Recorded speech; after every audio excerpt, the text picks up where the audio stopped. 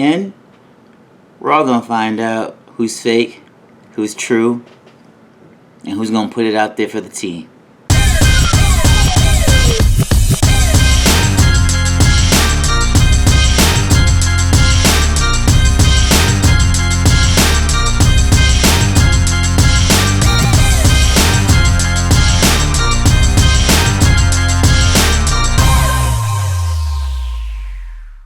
Fin fans up north, Fin fans in the south, the east, and to the west. What's better than this? More of this. Now let's talk about it.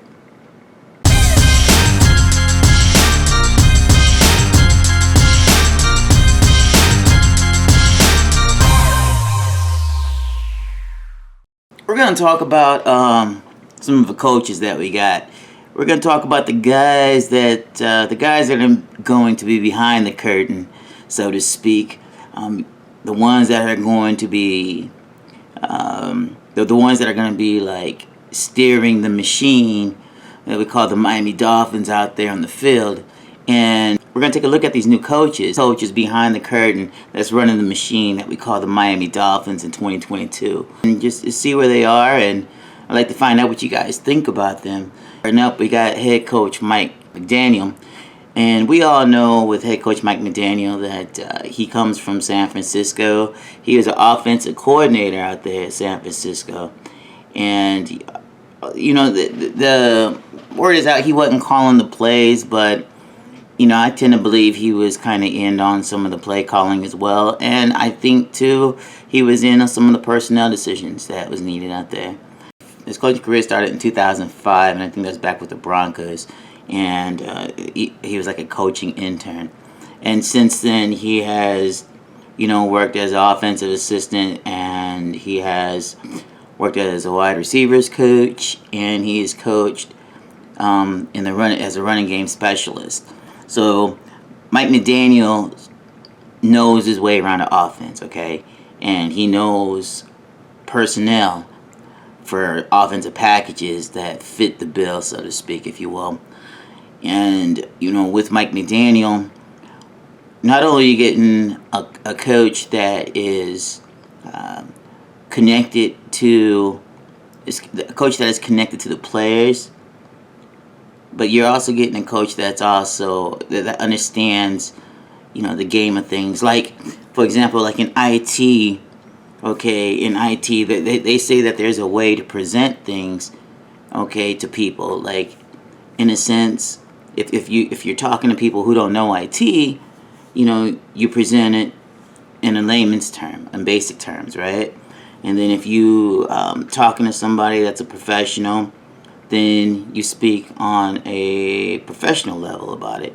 And if you're talking to corporate, then there's the business version of speaking about IT and everything. So, like, basically, my whole point in telling all that stuff is that Mike McDaniel, he speaks on all them different levels. He speaks the language of the players, and he also speaks the language of the coaches, and you know, of corporate, and he speaks the language of the people. You know, he knows what the people want, and so he's doing what he can to help bring in some excitement. Because I'm assuming that he told Greer and Ross, you know, look, you know, hey, it's kind of like with that Bill Parcells thing. When Bill Parcells said to the Patriots was that, hey, you know, you want me to cook the dinner, but, you know, at least let me pick out the recipe, you know, get the food for the recipes and stuff. So that's where, you know, Mike McDaniels is. You know, he's getting players that will fit what we're about to cook up, what we're about to do. And Mike McDaniels, you know, comes from a winning team. He was with the San Francisco 49ers when San Francisco went to the Super Bowl. And San Francisco has had some relatively good success. Because, you know, Mike McDaniels, you know, he has, you know, been to, like, what, there's a 2016 championship he's been to, and a 2019 championship, you know, he has been to. So he is quite seasoned in postseason play. So this is going to help, you know, with our veterans, and it's going to help with our young players, that Mike McDaniels, you know, is a coach that has been there, and he's done that, and he can help these teams he can help Miami get to the point to where they need to be to make the postseason and to progress in the postseason. A lot of the players have good rapport with Mike McDaniels. So, that's a little bit about Mike McDaniel. To do. It's going to be interesting. Like I said, I'm excited for Mike McDaniel, and I always say that God puts you in places that you need to be in, and I think Mike McDaniel needs to be here, and I think this is what we need. In a coach right now is Mike McDaniel. So it's gonna be interesting to see this year, 2020. We picked up, like I say, we picked up plenty of new coaches this year, and one of our new coaches that we have is Frank Smith. He's gonna be our offensive coordinator. Okay, and he's gonna be calling the plays. He's part of the Saints coaching staff in 2010 to 2014, and he was their offensive line coach at that time. He coached 4 players that went to the Pro Bowl. Ron Armstead was one of them. He's a tackle that we picked up, an exceptionally very good tackle on his way to the Hall of Fame. Teron Armstead is on his way to the Hall of Fame.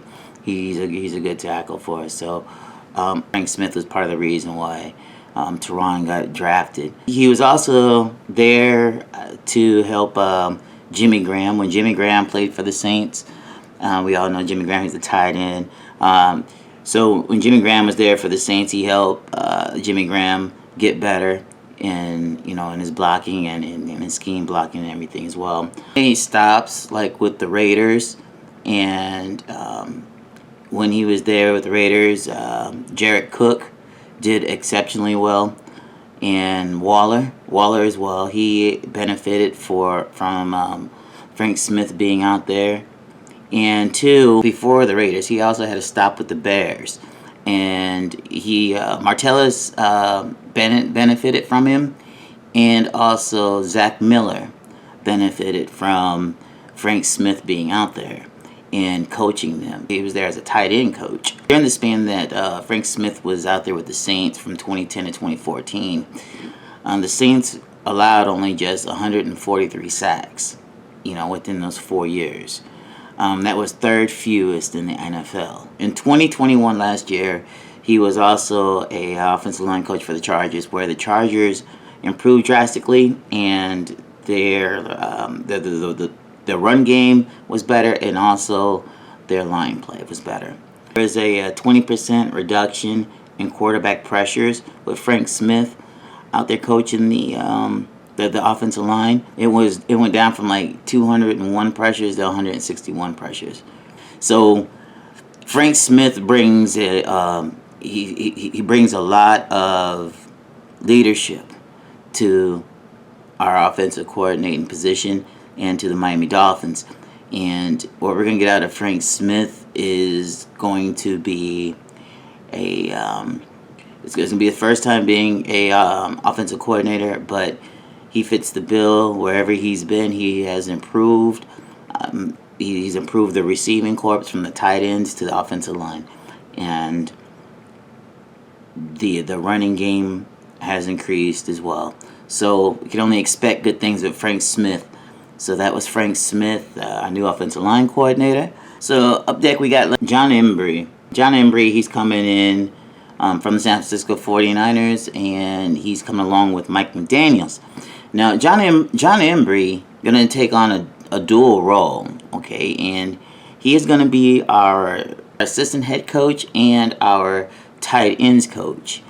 And John Embry, unlike Frank Smith, has a way with tight ends. And the roles that he served, like with Seattle, or not Seattle, but with San Francisco, Washington, Cleveland. He is accredited for helping George Kittle, tight end for the San Francisco 49ers, getting better and becoming the superstar that George Kittle is now. Alongside Mike McDaniel, I think John Embry is going to bring a lot to Gesicki, Hunter Long, and also Smythe. And I think that with Embry as our tight end coach, I think we have like a lot of good things to look forward to. I'm expecting our tight end production to pick up drastically especially with Smith still, being our offensive coordinator, and now we have Embry, and both of these guys have excelled at making tight ends better. So to keep the Miami Dolphin train rolling here with our new coaches, let's move on to Josh Grizzard. He's going to be our quality control. Okay, now ask yourself, you might not know this, but what is quality control really? Okay, the primary job of quality control is preparing the team for game day. Sometimes the preparation goes 2, 3, even 5 weeks out. So they're always thinking ahead. They go in and they analyze film and they break it down and they get statistical analysis. Like, they spend their entire day, multitasking. They run the scout team in practice.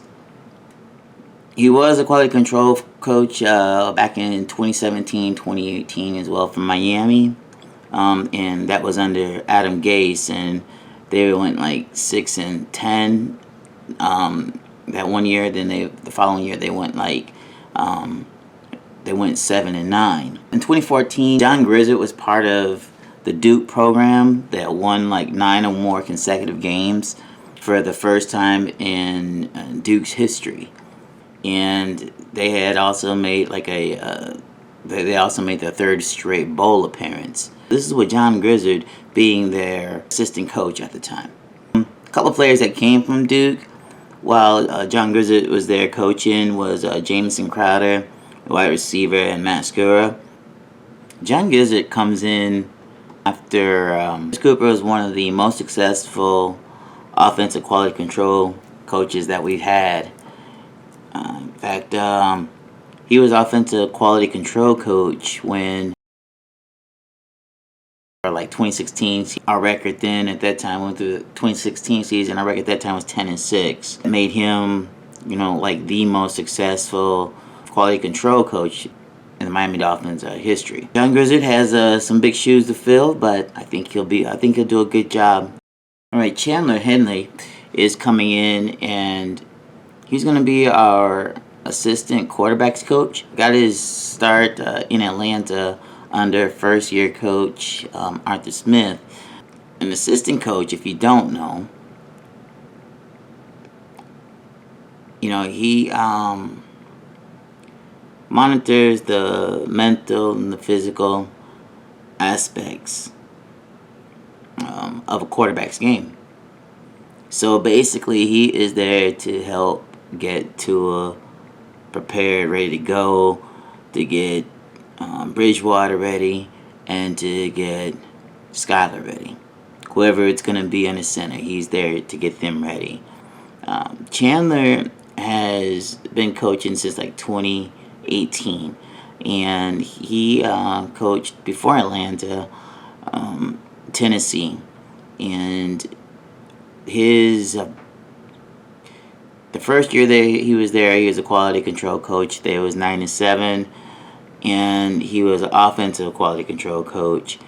They went 9-7. That third year, which is the year before he went to Atlanta, the Tennessee Titans won 11-5. Or excuse me, they won the AFC South Division. So with Henley, he spent the 2012 to 2014 seasons out there at Vanderbilt University. After working 2 seasons there at Vandy as the offensive recruiting graduate assistant, he was named assistant quarterbacks coach. He helped the Vanderbilt Commodores to back-to-back 9-season wins for the first time in school history in 2012 and 2013. His second year there, the offense averaged a school record of 30 points per game and ended the year with a team post-scoring record of 41 points. And they did that in the BBVA Bowl game against Houston. And working directly with wide receivers, his group at that time led all SEC units in receptions, yards, and touchdowns. And in 2013, he also help the running backs. In addition,